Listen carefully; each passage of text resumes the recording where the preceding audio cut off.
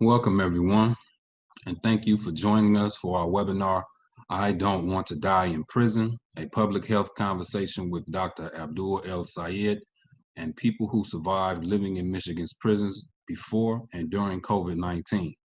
My name is Daniel Jones. I am the project coordinator for the Michigan Collaborative to End Mass Incarceration. And I am also a consultant for American Friends Service Committee Criminal Justice Program. This event is co-sponsored by the American Friends Service Committee, the Carceral State Project, the Prison Creative Arts Project, and Safe and Just Michigan. Special thanks to Safe and Just Michigan for their help with the tech for this webinar. We have muted your microphones to ensure that everyone can hear the panel, but please ask any questions you have using the chat function on Zoom or on Facebook Live. You will find the chat function on the taskbar when you hover your mouse over the bottom of the screen. For anyone who has not used Zoom before, the chat button is the one that looks like a talk balloon. At the end of the panel discussion, we will gather up and answer questions for as long as time allows. We will be putting links to an exit survey and ways to get in contact with us on the screen at the end of the panel discussion, but you will also be able to find those links during the event in the chat room. For those of you who would like to revisit this discussion, we are streaming this event on American Friends Service Committee page through Facebook Live, and a recording will be available on the Safe and Just Michigan YouTube channel later. You can also engage with us on our social media channels or visit our websites. So this webinar provides an overview of a new white paper from the American Friends Service Committee and the Carceral State Project, I Don't Want to Die in Prison, Prison Conditions, Decarceration, and Mutual Aid in the Age of COVID-19. The report describes how deeply harmful the COVID-19 crisis has been in 29 prisons in Michigan. It is based on nearly 300 pages of firsthand accounts of conditions inside Michigan's prisons during COVID-19. COVID killed 68 mostly long-serving people and infected over 4,000 people in Michigan's prisons. It concludes that the only humane response to COVID-19 in Michigan's prisons is decarceration, and the only humane response to the crisis of incarceration itself is abolition. The report makes a series of recommendations for immediate action by the governor, the parole board, the Michigan legislature, and the Michigan Department of Corrections. A few of these key recommendations are: 1, issue an executive order to release people who are elderly, infirm, medically frail, and those receiving treatment for chronic conditions. Another recommendation is issue an executive order to release people serving time for a technical violation. Another recommendation is suspend truth in sentencing and restore good time, disciplinary credits, and earned credits. Another recommendation is instruct the parole board to calculate the parole guidelines for any person who has served 15 years in prison. Another recommendation is to instruct the parole board to release more long-serving parole-eligible people. Another recommendation is expand the parole board to 20 members to increase the capacity for parole reviews. There are several more recommendations, and if you would like to read them, please do. I believe the link will be placed into the chat box for people to be able to read the new white paper that was written by the American Friends Service Committee. And now I would like to introduce today's panelists. Our first panelist is Dr. Abdul El Sayed. He is a physician, an epidemiologist, public health expert, and progressive activist. He is the author of Healing Politics, which diagnoses our country's epidemic of insecurity and the empathy politics we will need to treat it. He is an expert in health policy and health inequalities, and he has previously served as health commissioner in the city of Detroit, where he led one of the fastest municipal public health turnarounds in American history. Please welcome Dr. Abdul El Sayed. Thank you so much for having me.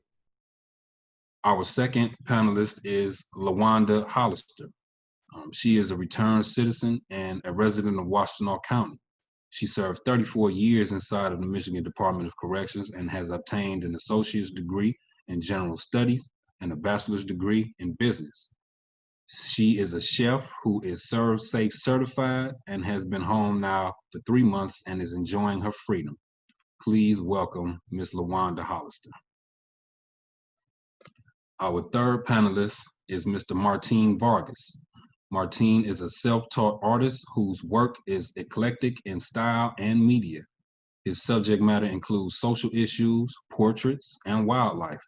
Martin was a juvenile lifer for 45 years and exhibited with the Prison Creative Arts Project from 1994 to 2018 when he was released. Please welcome Mr. Martin Vargas. As we go off into our panel discussion, the first question that I would like to ask to our panelists is, what brings you to an event about prison and public health? Starting with you, Dr. Abdul Saeed, could you please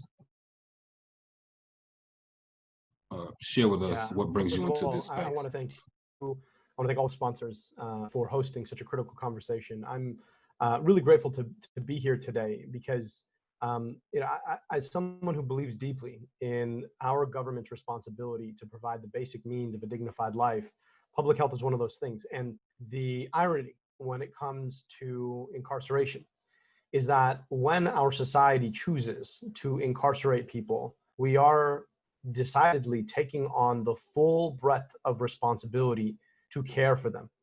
And in fact, we are failing that responsibility in a deep and profound way. So not only have we taken people's rights from them, but also we have failed to provide them the basic means of a dignified life. So if we're not thinking about mass incarceration as a public health challenge, and we're not thinking about providing for the basic means of public health in carceral situations, then we are failing our broader responsibility toward public health. And then the last point is to say that we often think about sort of jails and prisons as being their own spaces, independent of the rest of society, but that could be nowhere near the truth. And the choices that we make about how we treat people in the carceral system are choices that we are making about how we're treating people outside of it. And we have a real responsibility to face up to that. So I'm grateful to be a part of this conversation, really grateful to be in community with and learning from my co-panelists here, and really looking forward to the conversation. Thank you, Dr. El Sayed. LaWanda, could you please share with us what brings you into this space? I'm here because I was incarcerated, and during the COVID, it left me unprepared for release. And I have a real problem with that. And I would like for the people that are still there and left behind not to experience and go through the things that I went through being released after 34 years. So that's why I chose to accept it, being a part of the panel. Thank you, LaWanda. Thank you. Martin, could you share with us a little bit about why you chose to come into this space?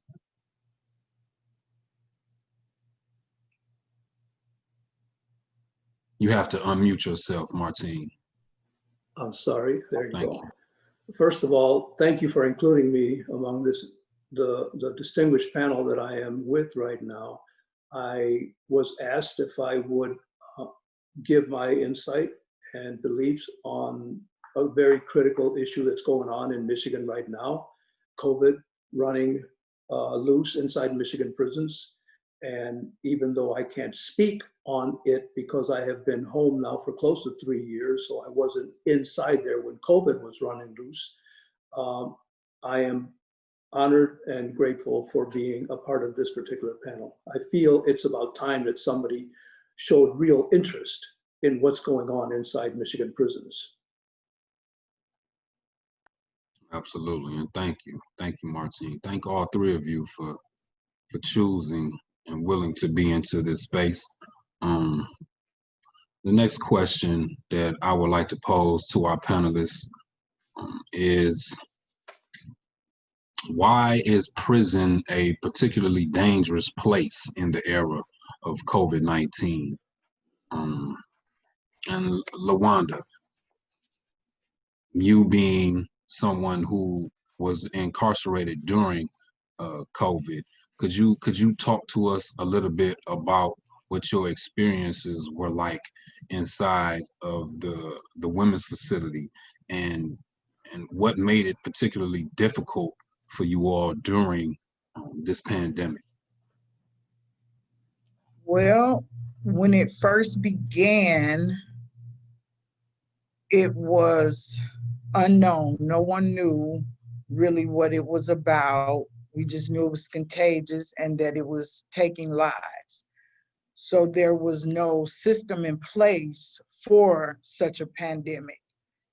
And no one had heard about COVID-19. So everything was chaotic. And preparing to leave prison,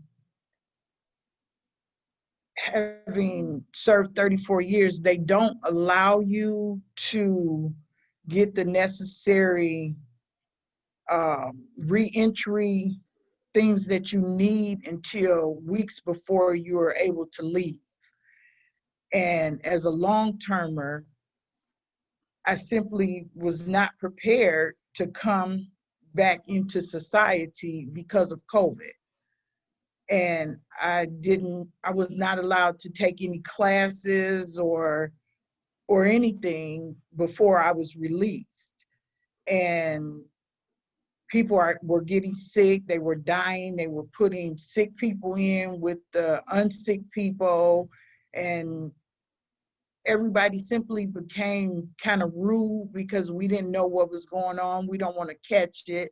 And all we keep hearing is social distancing. It's impossible to socially distance in prison. It was simply impossible. So they made us some little masks that they made out of our state clothes, and in an area that is supposed to house or accommodate 40 people, you have 100 and some people in there. And you want me to stay away from everybody else, and it's impossible. So they were getting in trouble for not staying in the area that they were supposed to be in. They started that 15-minute on, 15-minute off with the telephones, and that was just absurd. So we couldn't contact our family, and the cleaning system, everything was just simply chaotic. And my point is, from having been in there as a long-termer to being released, my main thing is to let people know that the people that are in prison, if they don't die in there, are going to be released. You don't want someone who has served 20, 30 years living next to you and they don't even know how to light the stove. So because of the COVID, I missed out on these opportunities of, being the training to be released back into society. I'm going to be your neighbor. And these are the things that I was concerned about. I came out, no identification, no birth certificate, and simply I'm just out here trying to learn how to pay bills and do all of this stuff. And I have no idea what I'm doing because I was a long-termer and put to the back burner. And then when COVID came, I wasn't even on the burner. So that was that. I hope that answers your question. It did. Thank you. Thank you for sharing that, LaWanda. Dr. El Said, could you speak to that? Why is prison such a dangerous place to be in the era of COVID-19? Yeah, I want to just first of all offer my frustration with LaWanda, your experience, and I think what you speak to really paints the picture that all of us have to understand, which is that jails and prisons are not places that are designed to keep people distant. They are designed to keep people together. And not only that, but they have been underfunded for so long. Despite the massive expense that they are to our society, they are still underfunded because they are deciding they're intended to maintain the well-being of people. So it costs in Michigan, as of 2017, about $33,000 a year to incarcerate someone. It costs the same to send them to college. And we are making that choice every single day. And for that $33,000, it's not like they get to live a comfortable life, right? You talked about the experience having to have masks made from you from prison clothes. It's not like the bathrooms are independent, so you can go to the bathroom and know that you are protected from other folks. And so these are not places where all of the recommendations that we've made about COVID-19, wash your hands 10 times a day for 20 seconds with warm soapy water, sanitize your hands regularly, wear a mask wherever you go, stay socially distant. You can't do that. And then beyond that, right, the point that LaWanda made is a really good one, is that everybody who is in jail is at some point going to, or prison is going to be out in the community. And so, you know, in the jail circumstance in particular, where people stay on average about 2 weeks, we are literally forcing them into places where they have a higher probability of getting sick and then coming out into the world, right? And so we have to learn from this pandemic that the well-being of all of us is a function of the well-being of those of us who we don't pay enough attention to. We are as exposed to as the most exposed person. We are as vulnerable as a society as the most vulnerable person. And insofar as we have a set of institutions where we systematically put vulnerable people and then keep them vulnerable, you better believe that it's going to hurt everybody, and in particular those most vulnerable to it. So the stories that LaWanda shared are heartbreaking. All of us should be asking why it is that we live in a society where our government, our taxpayer money, goes to supporting a set of institutions that treat people like this, especially in the context of a pandemic. Thank you. Thank you for that. Martine, I would like to pose the same question to you, but would also like to add, what are the most harmful effects of prison on public health beyond the current crisis of COVID-19? Okay, I'll try to answer both of those questions. First of all, I agree with the previous speaker who just said that we should learn from, in so many words, the past. In 1980, in the mid 80s, 1986, 87, whenever it took place, there was HIV and AIDS.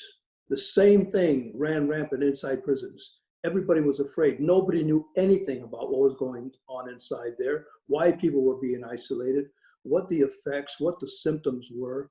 There was a lot of fear going on. The DOC should have learned from that particular virus that was going on, but it didn't. There was still haphazard, chaotic fear among staff with the higher ups within the DOC, and we went right back to that time and nobody knew what to do. First of all, the reason why prisons are a dangerous place is because there really is no connection to humanity, to loved ones on the outside. When you're inside and this virus, a virus that's pandemic, is going on, right now, everybody is witnessing COVID and the reaction for a few months of prisoner isolation and lack of connection. To many people inside, there are decades of isolation and lack of connection and exposure to an immense negative energy that exists 24 hours a day, 365 days a year for decades. Prisoners become angry and callous, and we adapt to that. We learn to survive by any means necessary. And in so doing, we begin to live by the unwritten laws of that particular environment. And again, in so doing, we resent laws and principles that are necessary for the good survival out here. And for the survival and living well out here, we learn to resent these laws and principles that we should live by in here. Although most prisoners do find ways to keep from falling victim to that negative energy, COVID has added yet another weak link to that chain of success that we are always trying desperately to cling to. Now there's mass confusion. It's not just the prisoners who are confused. It's also staff within the Department of Corrections. I'd like to read something really quick that I'm privileged to have from a prisoner inside. He says something along the lines of three of the main questions that I have is go back to change the life law to include the long and determinate sentences, which everybody in this panel is in fact agreeing with. The next thing he says is chow hall food should be more nutritious than what they're getting away with. The lack of quality food is why they had to give so many of us vitamins when all of this went down. So the DOC acknowledges that there is a lack of nutritious food here, but what do? They give people vitamins instead of better food. And he says, and of course, all this comes down to more testing. That way you don't have those who are asymptomatic or hiding out, running among, infecting others. And I have to agree with all of this. Testing has to be continued to ensure that those that don't have the virus can be safe from the ones that do have it. Although there will always be that unsure factor of guards and staff coming in who may have that and spreading it around among the prisoners. Programming wise, he said, there's not much they can really do considering how everybody is locked down. So prisoners do understand right now that everything has to be locked down, and they accept that because they are dealing with it. We've dealt with it forever. So we know how to deal with being locked down.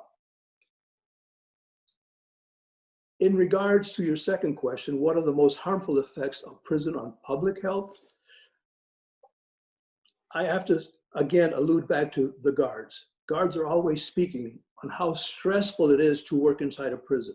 They already know this. Working inside a prison, it's so stressful. Well, try living in one. Try living in one with not just the stressed out guards and unpredictable guards, but what all the other stress-inducing factors that already exist inside there. There's no consistency in the rules and how they are interpreted by the stressed out guards and staff. Add that to the isolation. Add that to the predators, the worries about families and loved ones dying, getting old, and fading away from us. That is stressful. If someone dies, you can't really grieve their deaths inside there. And that's not counting the biggest worry that is running around inside there among the long-termers. Am I ever getting out? Am I going to die inside this prison? That you're talking about, that's a very harmful effect on prison and for public health, because as LaWanda said, and everybody knows, the majority of the prisoners that are inside there are going to be released at one time or another. They are going into my community, your community, everybody's community. I mean, come on, there's already enough stress going on inside there. So, and with all that's going on, I have to say that there is something even bigger than COVID running around loose inside Michigan prisons. And that is fear. fear is way more prevalent than COVID is. Not everybody has COVID inside there, but everybody has fear. Everybody, staff, guards, prisoners as well, and our families out here. So how do you deal with that? You know, it's an unknown. And I think I ran a little bit more than with more than what you wanted to hear, but that's how I feel about these were two questions that you asked me. Yes, and thank you. Thank you for sharing that, Martine. And I would like to pose that to you, Dr. El Sayed. What are the most harmful effects of prison on public health beyond the current crisis of COVID-19? There are a number. The first is let's focus on the people who are incarcerated. We know that the healthcare that is provided is missing. It is not high quality. It is devoid of real investment in high quality mental health care, which just by the virtue of being incarcerated, the stressor of incarceration, people need, and that is missing. And then, you know, in a lot of contexts, you've got folks who are in jails and prisons who are then asked to pay for their own health care with the very little that they earn, which to me is just crazy. Again, because of the notion that in a prison or a jail, our responsibility as a society is that we've assented to taking care of all that person's full needs. So why would they have to care for their health care? The second piece, though, is also to families who have women and men, right, sisters and brothers, mothers and fathers, grandparents, uncles and aunties that are missing in action, that are not there to be able to provide for the people in their families, the people that they love and care about, and that is a real loss. And so the health consequences are not just to the people inside prisons, but to all of the people who are affected by incarceration. And that is to say nothing of the full economic consequences of having lost somebody. You know, it's just missing the love of someone you care about in your family is one thing, but then you think about the fact that how many families are missing somebody who would otherwise be able to be in the workforce and making money to provide for the well-being of their family members, right? These consequences of literally robbing individuals from a family, they have huge knock-on effects in terms of the well-being of that family, and we don't pay attention to that. And every choice we make about incarcerating somebody is about robbing that somebody from the people who love them and the people who need them. And you know, if we were to take a full public health measure of what the consequences of incarceration are, I think even the broadest cost are to the people who lose out on having that loved one in their lives, and that really is it's dire. Yeah, thank you for that, Dr. El Sayed. And now I would like for us to transition into the recommendations that were made in the white paper that was written by American Friends Service Committee and the Carceral State Project. And my question to the panelists is, which of the report's recommendations are most urgent and need to be enacted immediately? Lawanda, I would like for you to chime in on that. Which of these recommendations do you feel are most urgent and need to be implemented immediately? I would say the one that situates itself around the infirmed and the sick and elderly. Can you call that can you say that for me? But yes, it's issue an executive order to release people who are elderly, infirm, medically frail, and those receiving treatment for chronic conditions. Absolutely. And the reason I would choose that one or say that that would be the most important is because these people are already dying. They're already dying, And as Dr. Lord have mercy, I messed up the man's name. Dr. El Abdul Sayed. El Sayed You has can just call me said, Abdul in this Hollister, it's fine. okay, they're forced to pay part, not all, but part of their medical. And they simply don't have that money. And it makes it harder to receive the medical attention that they need, which we already know the medical attention is really not 100%, but it's all that they have. And then they're forced to pay for that, and they're not getting the treatments that they need. So that's why I believe that that would be the most important of them all, is because after having been incarcerated, most of them for a long period of time, and they've grown old in the prison, is, I mean, what more harm could the people do than, you know, what has been done? So that's why I would say that that would be the most important. And as Martine said about the fear, that is a truth if ever I heard. The fear, even I, after having served all those years, I've made it through countless, the way of life in prison. I made it through, and now it's time for me to be released. And I was actually scared to death that I was going to die before I could get out of there. And the pandemic started in March, and they didn't do the first test for people being released until May. And I was one of the group of 8. 3 of the 8 tested positive, and they had to stay. And had that been me after 34 years, that's everyone's fear. That's everyone's fear. One of those people out of the 3 are still there because they tested positive and they're sick. And of course, we don't want to release these people into society, but I mean, something else could be done so that these things don't have to happen. So the people that are already sick and ill and infirm, I believe that they should be considered first.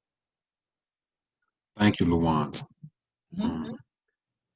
Same question to you, Dr. El Sayed. Which of the report's recommendations are most urgent and need to be enacted immediately? Well, I agree with Mr.'s point about the critical ability to send home the infirm and the elderly, because again, you know, when we're talking about society's most vulnerable people, the fact that they have to have their healthcare behind a paywall to be able to get healthcare at all in the middle of a pandemic is a catastrophe. But I would also say that decarceration generally is really, really critical here. There are so many ways that society has failed to deal with real problems and has used policing and jails as a stopgap for all of these failures. And this pandemic has shown us what a folly that is. You know, in a circumstance, or in Chicago at one point in the pandemic, the Cook County Jail was the single biggest spreader of COVID-19 in all of Chicagoland. And that speaks to the idea that, you know, maybe it's not a great idea to pack a bunch of people together in a small place who don't actually have to be there because they're being released in a week or 2 weeks during a pandemic. But maybe it's not a good idea to do that at any time, because you know, we've got policies like money bail, which basically force people into jail because they're poor. And beyond that, right, the broader question of how many people are left languishing in prison facilities who don't need to be there, and who are there as a function of some of the other aspects of the report that you raised, truth in sentencing laws, and in policies that take away the ability to shorten someone's sentence and take them home.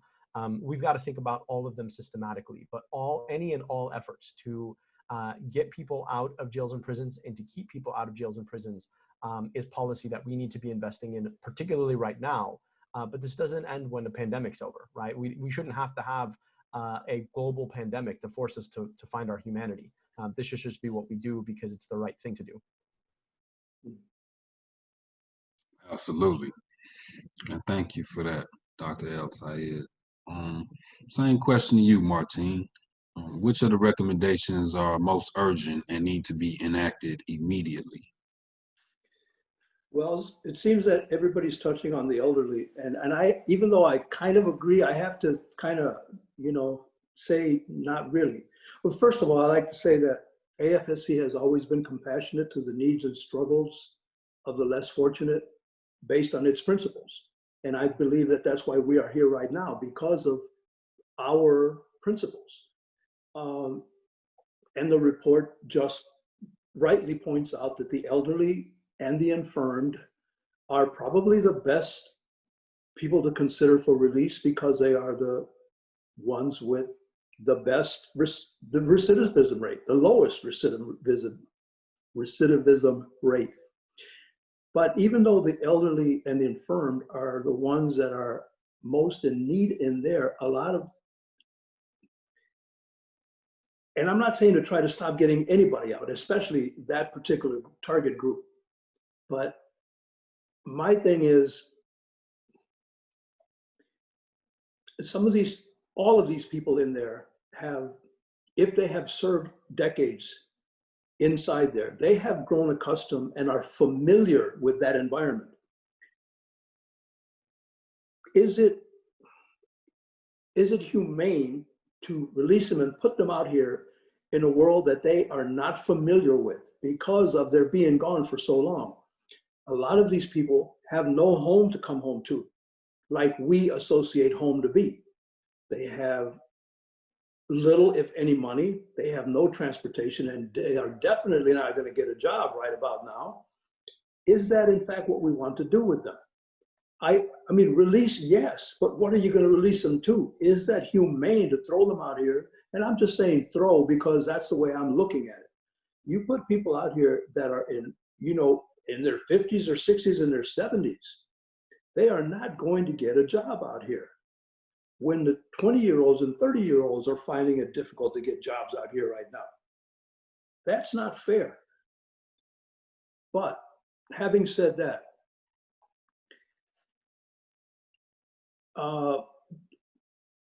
I agree with Addendum 3 a lot on the white paper, on the report. But I would just like to add a little something to that. First of all, yes, add 5 more parole board members to the existing board.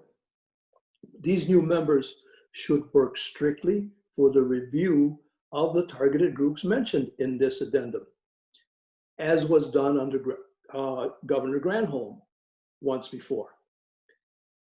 In addition, this 5 new board members' decisions and recommendations to the governor should be final. I don't think they should have to rely on or wait for the opinion and decisions given by the other 10 members. I feel they should just act on their own for these particular targeted groups. In addition, and under the recommended categories for commutation consideration section of this addendum, and for those of you who may not have read it, it says in part, review all people serving life without the possibility of parole who were 17 or under at the time of their crime, and so on and so on. Review all the people sentenced at age 17 or under who are serving long indeterminate sentences and have served 20 years or more. Review all the women serving life sentences and LID, parolable and non-parolable, and so forth, review all of the 807 parolable lifers who have served 20 or more years. And yes, review is great, and I encourage that, but I would have to say that you have to add something to that. You can't just say review. I have experienced countless reviews, as have many other long indeterminate people serving LIDs, parolable lifers, non-parolable lifers, and people that have done a lot of time. We go through a lot of reviews, and those reviews mean nothing because they are tucked away in a file cabinet somewhere, and then we have to wait another 5 years before we are reviewed again. So yes, I agree with these, but add a little something to that and say review and give specific reasons why these targeted groups should not be released. Give the reasons. Don't just review, because reviews mean nothing.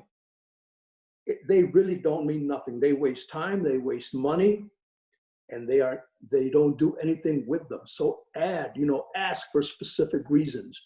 And don't rely on the blanket reasons that the DOC is so good at giving out. Like, for example, based on the nature of the crime. What kind of a reason is that to deny somebody based on the nature of the crime? It was a horrible crime. Well, yeah, if you're talking about LIDs, parolable lifers, and lifers, they're going to be horrible crimes. All three of those categories, all of them are going to be horrible crimes. But each crime is different for each particular person. So be specific in your reasons why you are denying these people. Don't rely on just a review, and don't rely on just blanket responses or blanket denials. To that point, and it's going to add a little something, releasing more prisoners are going to close prisons. It's inevitable, and that's great. Yes, decarcerate. But these same prisons that are going to be empty, for lack of a better word right now, and hopefully, should be modified and repurposed. They should be opened up for the specific needs people, not labeled and not run like prisons and not funded by the DOC. People who commit property crimes can be sent to a facility, for example, that will provide educational and skills trades that when they go out of that and do their time, they have trades, they have an education, which we should all have and encourage. As Dr. El-Sayed said, education, it costs, or it may have been you, I'm sorry, I'm getting you two mixed up right now for some reason. It costs as much to incarcerate someone for life as it does to send them to college. I mean, come on, there's a very, very good, send them to college. You give them education, give them skills.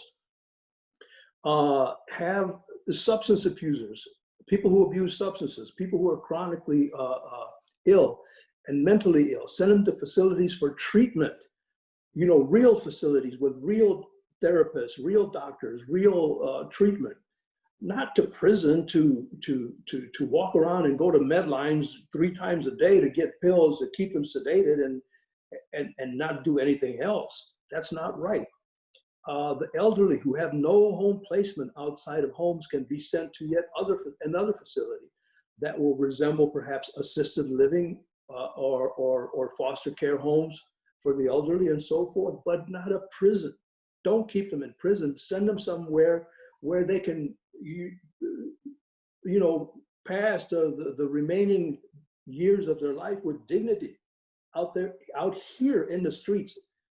But don't just release them to nothing. That's just not right.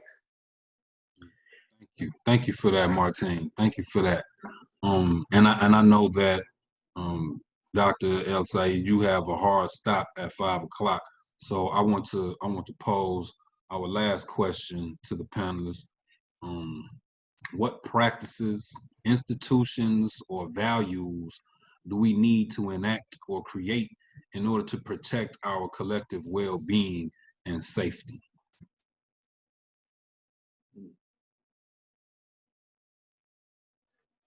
For me? Yes, yes, sir. Okay, sorry about that. Look, I want to reflect on just this moment, stepping back. We have seen unprecedented uprisings in the face of police brutality and mass incarceration. And, surveys suggest that about 10% of Americans hit the streets in a Black Lives Matter protest. That's unprecedented. The question is, how do we harness this moment in this movement to create real change? Because from where I sit, I don't see politicians listening the way that I believe that they need to. There is a bigger conversation here, because it's not just the depth of penetrating into the system of policing and the system of incarceration, but it's also the breadth to appreciate that when that police officer put his knee on the neck of another man for 8 minutes and 46 seconds, we got to remember that that police officer was sworn to protect the public safety. Now, this word public is a really important one, because not just that he didn't include George Floyd in what he thought of as the public. It's that he actively thought of George Floyd as something from which he needed to keep the public safe. But it's not just public safety that has excluded Black folks. It's also public health. We've got a COVID-19 pandemic that has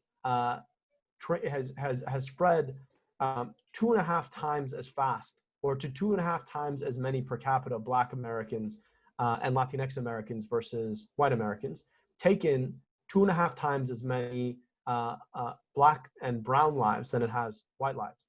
And so we see that Black and brown Americans aren't included in public health either. You go to Flint and ask them if Black folks feel included in public utilities, right? Something as simple as water. Poison 9,000 kids and 100,000 people. You go to any majority Black or brown school district and ask if they think that Black and brown people are included in public education, right? And then you think about even who is elected to represent us. Are they included in public service? And so these conversations have to fundamentally permeate every aspect of what we think of as being part of the public.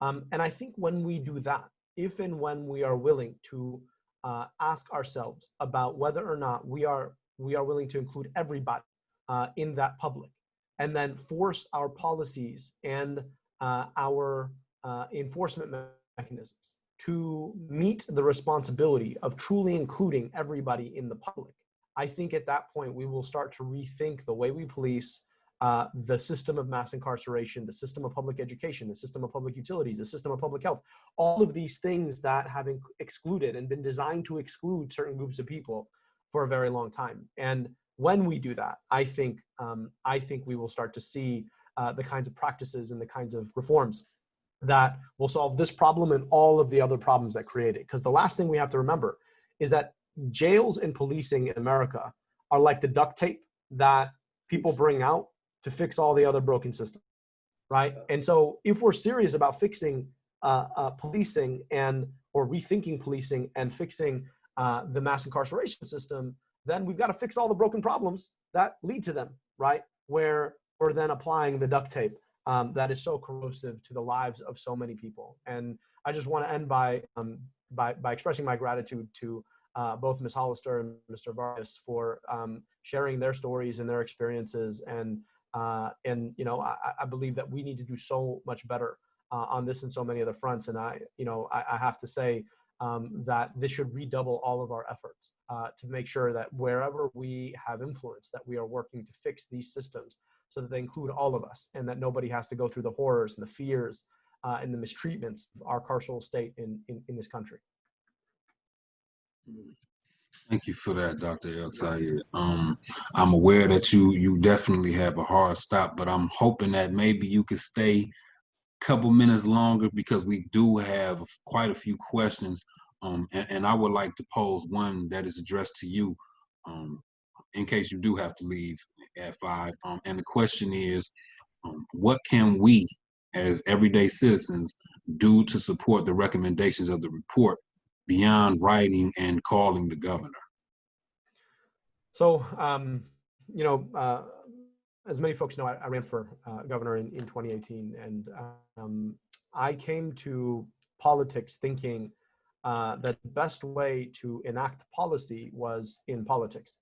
I still, obviously, politics is critical to enacting policy, but what I've come to appreciate is actually that politicians don't make policy, culture makes policy. Politicians are there to just translate the culture into policy.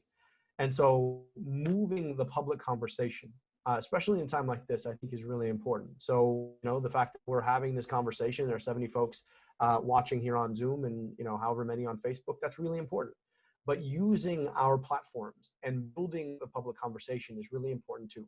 So whether it's, you know, making a video for your social media, just talking about this issue, or writing an op-ed in the local paper, or having a conversation with your grandparents, right? All of these things matter in terms of moving the public conversation and recruiting a group of people to demand the kind of change that's demanding from the governor's office. Now, of course, you got to keep calling and you got to keep reaching out to them. You've got to force the issue, but don't forget your power as a culture maker and who's watching.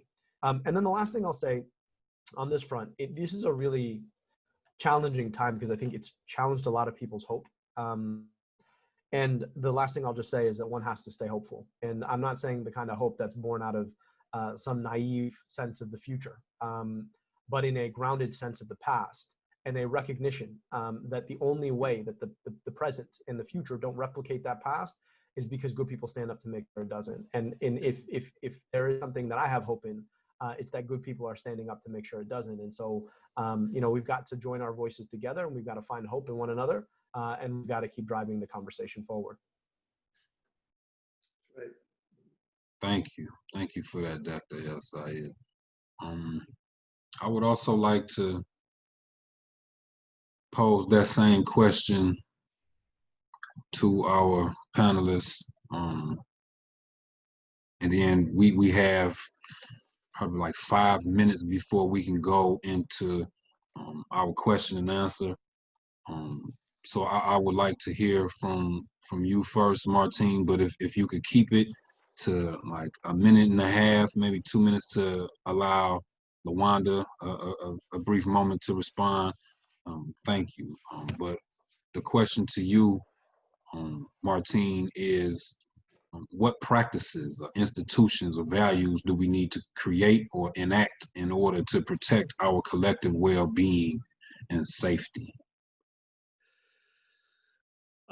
Values, I would say empathy, compassion, and understanding, not just to the prisoners though, but to the general public and to the victims as well.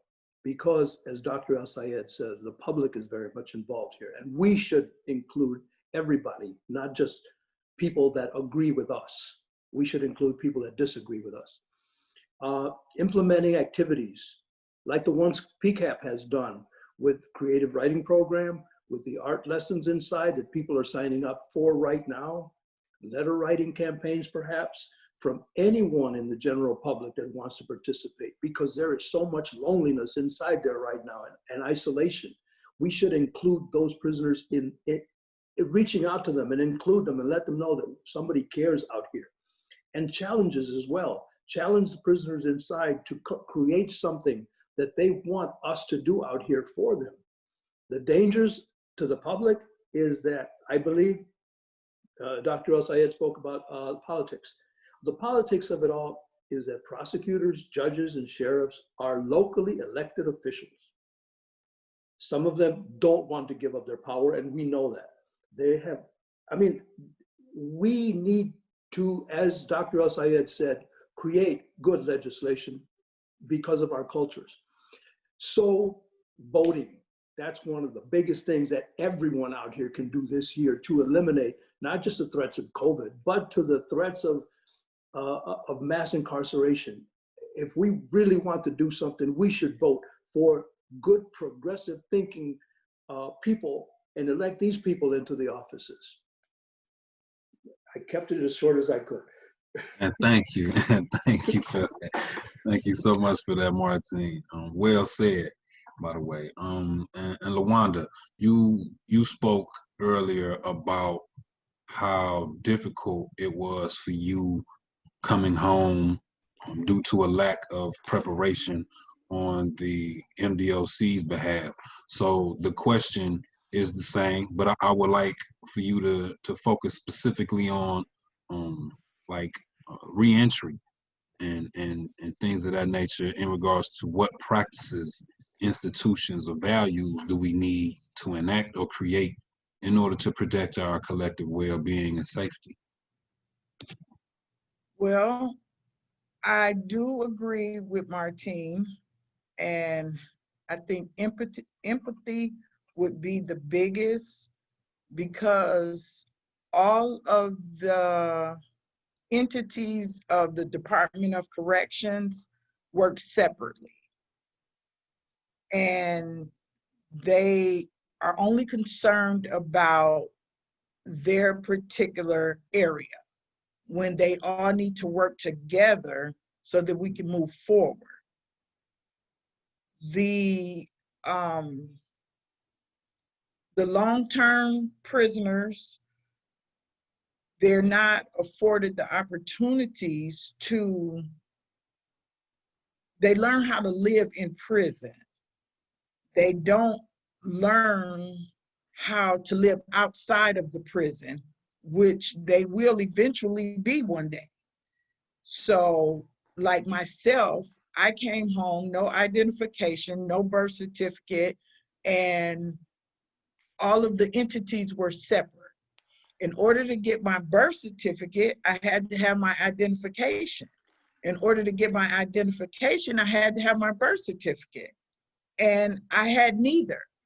So these things need to try to work together so that we can move forward. That's the only way that we can overcome these things. And I only received my identification because it was mandatory that I voted. And the people got behind me and helped me move forward to get the identification so that I could vote. So those are the things that I believe are important, that the people that are serving life and long indeterminate, they need to be programmed, or they need to be able to participate in things that eventually they're going to need. They want to give you these things in the last few weeks, and then, like with myself, a pandemic happened. And so I wasn't able to receive those things. And I feel like that's part of the reentry issue, is that, in my opinion, the lifers and long indeterminate sentence people, they run the prison. They're the ones training the other people.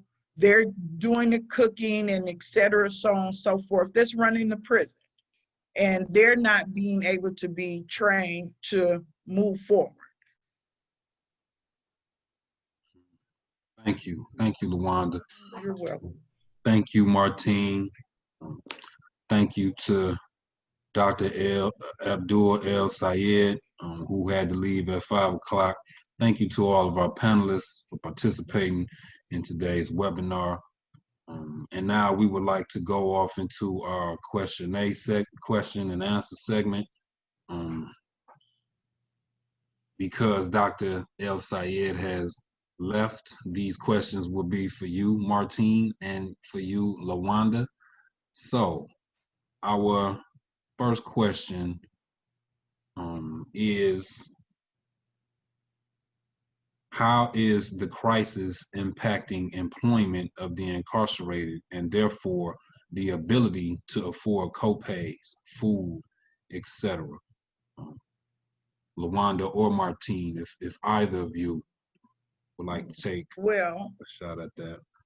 Well, because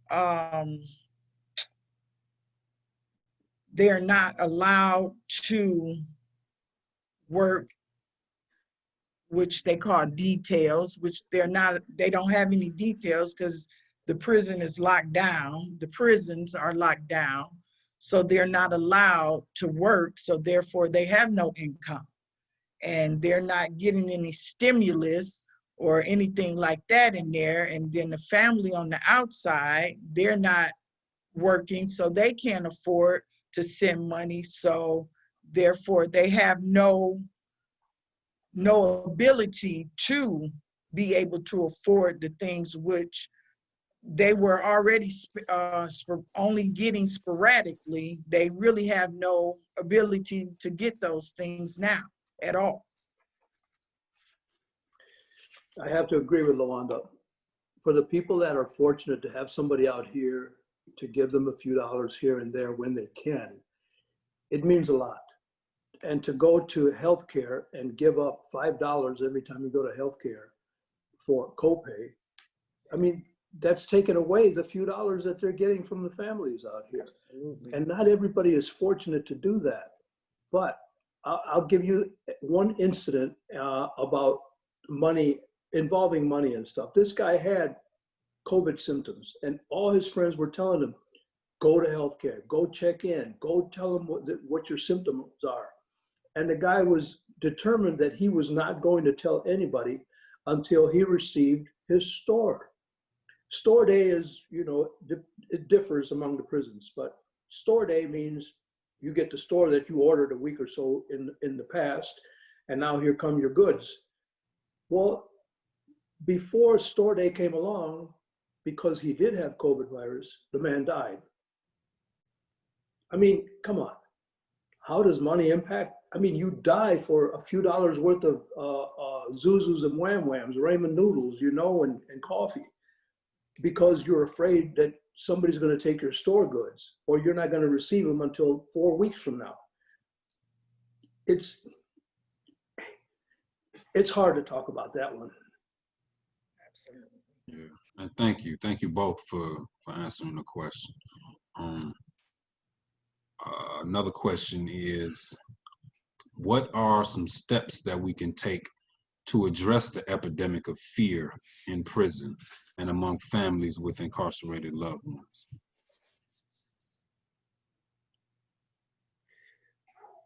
Fear is the biggest factor running around inside there. How do you deal with it? What can you do for it?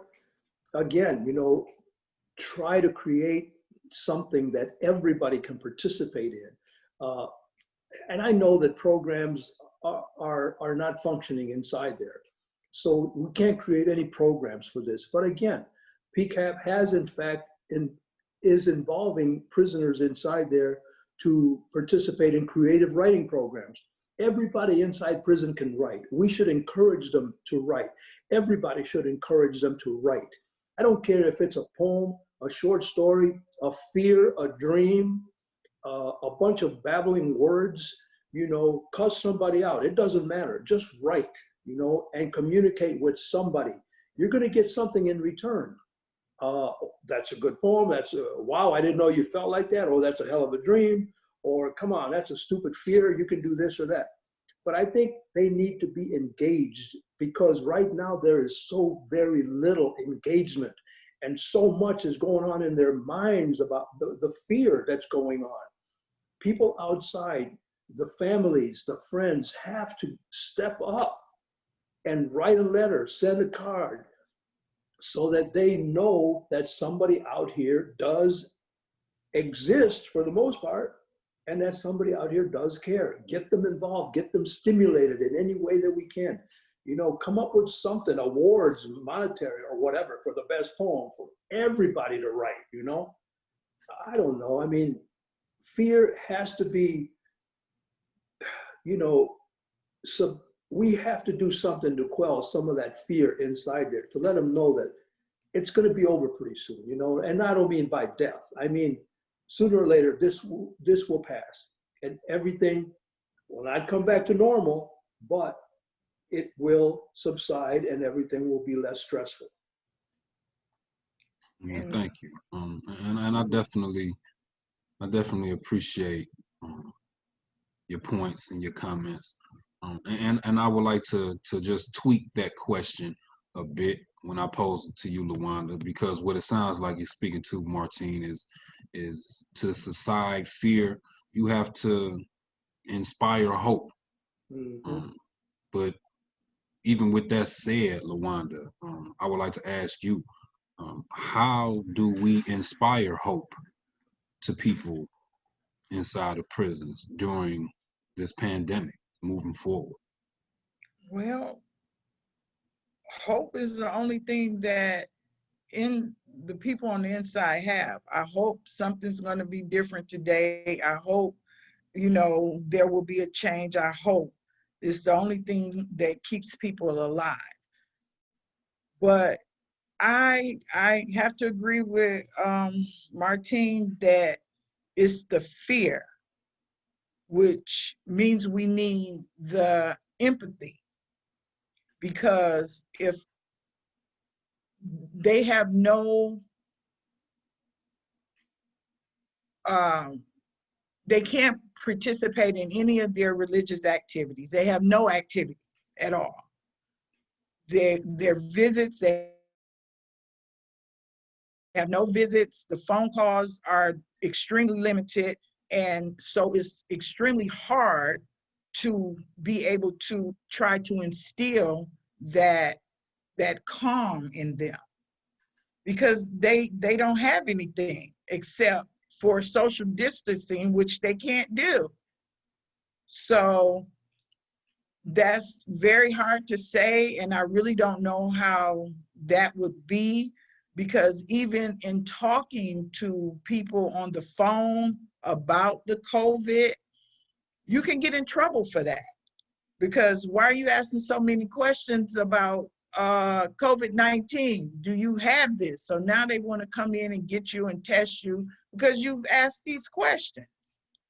So I really don't know what the answer to that would be, because I simply don't know what would allow them that calm.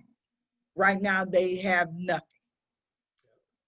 And I don't see anything in their future, but I'm not a palm reader, so I don't know, but they don't have anything. So no outlets.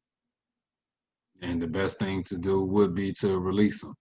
Yes, That's absolutely. Absolutely. Let my people go. Yes, absolutely. Okay, we have another question from our audience that I will pose, which both of you have already spoke to, but I definitely will pose it again. How can we provide supports for long timers when they come home during the pandemic?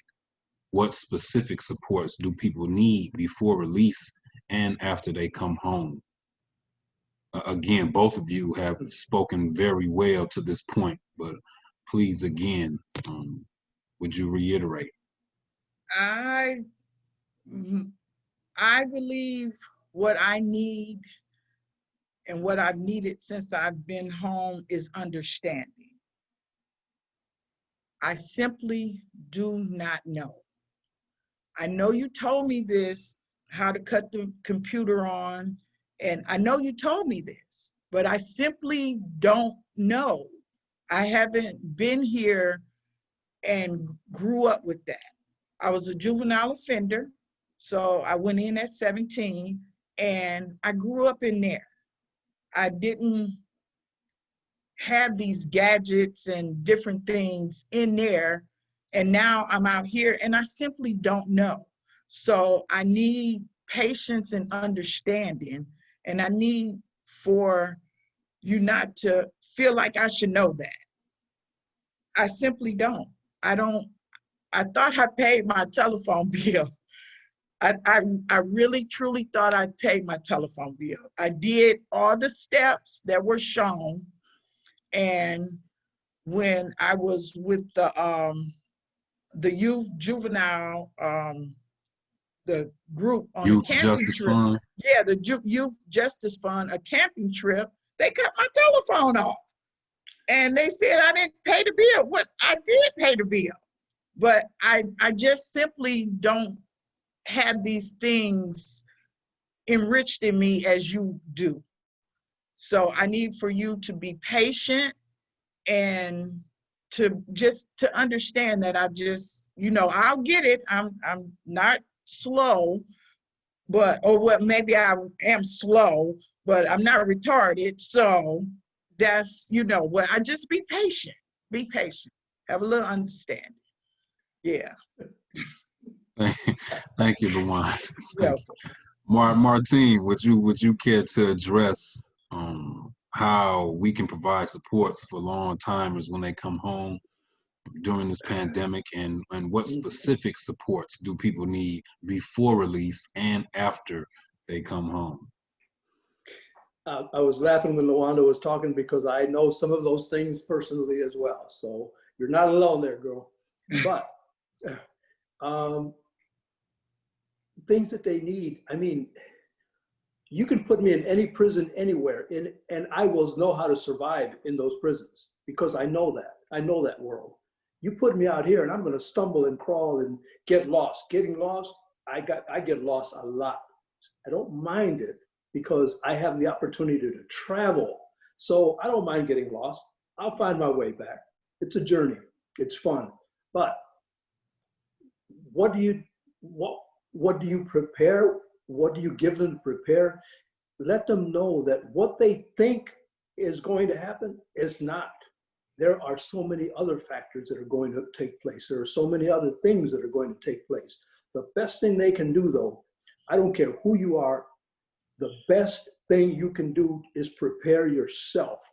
Communicate with people out here in the streets. I don't care who they are, friends, neighbors, enemies, priests, who, I don't care. It doesn't matter. Just communicate, because when you come out here, you have to understand that there is a community out here that you have no idea exists.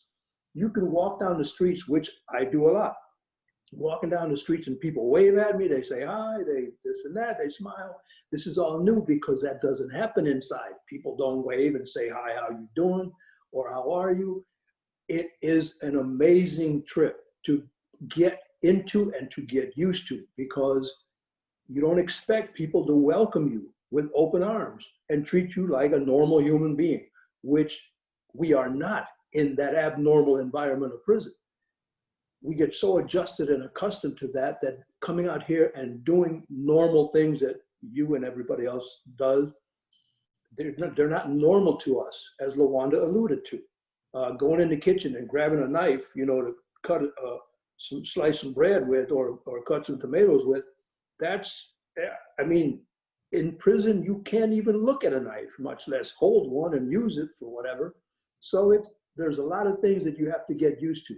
But in prepare yourself intellectually, prepare yourself through communicating, communicate with people, connect with people, because that is going to be the most important thing to do, to be able to speak to strangers and tell them, first of all, hey, look, I was recently released from prison. If that's going to bother you, then we won't talk. But you have to be willing to say this, be upfront, be truthful, be honest, and people will accept you with open arms, because that has been my experience. Yes, like Lawanda said, the phone bill. You have to get in your head, make lists if you have to, of things that you will probably have to have out here. Phones, electronic, technological assistance, housing assistance, all things that you are not familiar with if you didn't experience them, if you did not experience them when you were in the streets. Because like Lawanda, I was 17 years old too when I went in. If you're a teenager when you go in and you come out in your 40s, 50s, and 60s, you're going to have to learn that you are not a teenager anymore, and you're going to have to learn so many things that you have not experienced because you were in prison. Yes. God, I wish I could know the real answer to that question. I think the answers that you both gave will suffice, and we appreciate your feedback and responses. We have, I believe, time for maybe one, maybe two more questions. I will ask this one to you both. And the question is, so often the mainstream meaning of public health generally only applies to people on the outside. How do we change that definition in the public narrative? Ooh. I don't think I understand that. Yeah. I think the question speaks to how, as Dr. Abdul El Said spoke to, when the officer had his knee on George Floyd's neck for 8 minutes, over 8 minutes, his job was to protect the public, but in a sense, what he did was look at George Floyd as a threat to the public, because he was perhaps Black. So the question is, like, how do we change that narrative in the public eye to include people who are currently incarcerated as well as formerly incarcerated when we are addressing public health? So how do we incorporate people who are currently and formerly incarcerated into the public health conversation? How do we change that narrative? I would say socialization, because they try so hard to set us apart from society that they don't realize that they're there to help us move forward and to be able to survive in society. And because that socialization is not there, then we come out and we can't socialize. Just like Martine said, it's hard for us to reintegrate into society because we don't have that socialization. We don't have those skills. And I know that this is maybe a little offbeat, but when he said people are speaking to him, et cetera, so on and so forth, I'm walking up the street and I have people to wave and speak and stop. And I had to ask my friend, do they think I'm prostituting? Why is all these people? I mean, so what is going on? But I don't have those skills that normal people that they have. So someone speaks to me and I think that, they think I'm prostitute. So we have to try to get people out of that so that I can freely speak in return, and we be as one instead of separate entities. That's the only thing I can see is socialization. They have all the prisoners set aside. They never want them to talk to the guests or the visitors or anybody. And these are the things that they need. I have to agree with that, Luanda. I mean, social skills is something that, because I used to fear, one of my fears was that I was socially stunted. I don't know how to communicate with people out here, doctors, nurses, policemen, whoever, neighbors, but I had to learn how to do that. I wanted to learn how to do that. I wanted to talk to the woman walking her dog down the street, or the man. I had to go and borrow something from a neighbor's house or something to help me do some work around the house. But I had to go out and I had to learn. I had to realize that, I'm just another person out here to them. They don't know I'm a prisoner.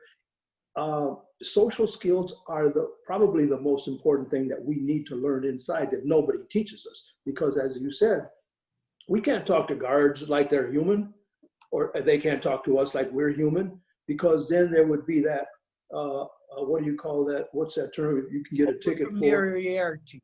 Yes, Over-familiarity. over familiarity, exactly.